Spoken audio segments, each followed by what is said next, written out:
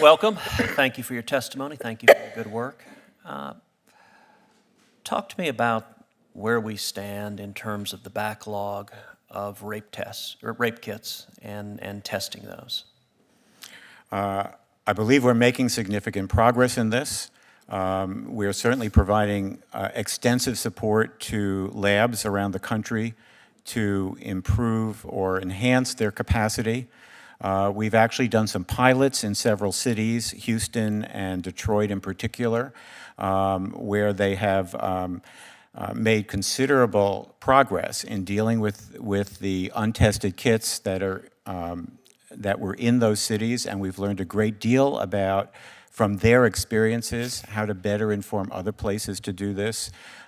We've made extensive progress in work with some specific labs, the one in Las Vegas in particular, that has very effectively used its resources and its communication around the state to both accumulate the untested kits and begin to process them in a way that's reducing the backlog. So we're making progress in specific areas, and from those areas we're learning how to better inform the broader country around this. So as we sit here today, where do we stand in terms of what quantity of untested kits are there? And you say we're making progress. Can you quantify what that progress has been?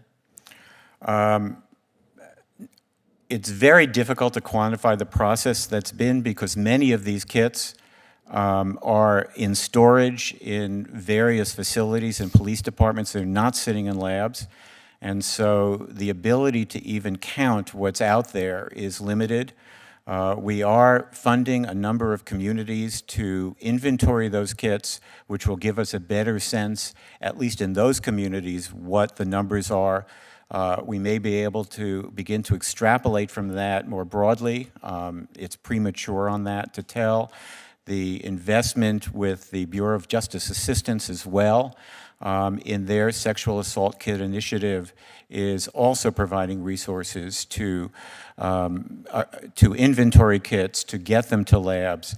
And I think all of this work over time will give us a much better sense of how extensive the numbers are.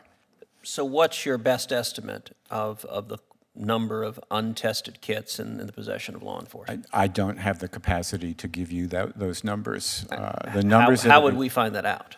Well, I think we're beginning to find it out by the investments we're making in the inventory process.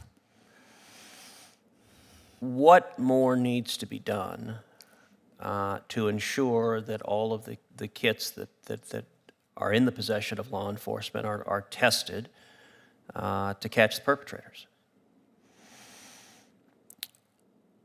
I think that the resources that have been given to both NIJ to enhance the capacity in the labs, and the resources that have been given to the Bureau of Justice Assistance to assist communities in inventorying kits and getting them to labs to be processed is a very good start to that effort.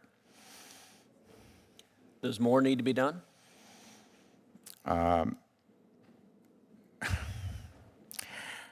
Right now, I'm not sure I can answer that question specifically. I think that over the next year or so, we'll learn a great deal more about how these programs are working and how extensively they're moving the dial on this. So you said over the next year or so. So what do we expect to learn in the next year or so? I think what we'll expect to learn is how specific communities are more effectively addressing the issue, resolving it, or at least making significant dents in the problem. And from that, we'll have a better sense of how to expand this more broadly at a national level. Okay, well, thank you for your testimony, and thank you for the testimony of the previous panel as well.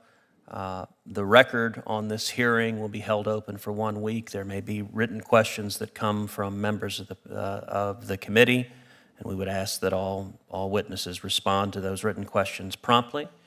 And with that, the chairman didn't give me the gavel, so the hearing's adjourned.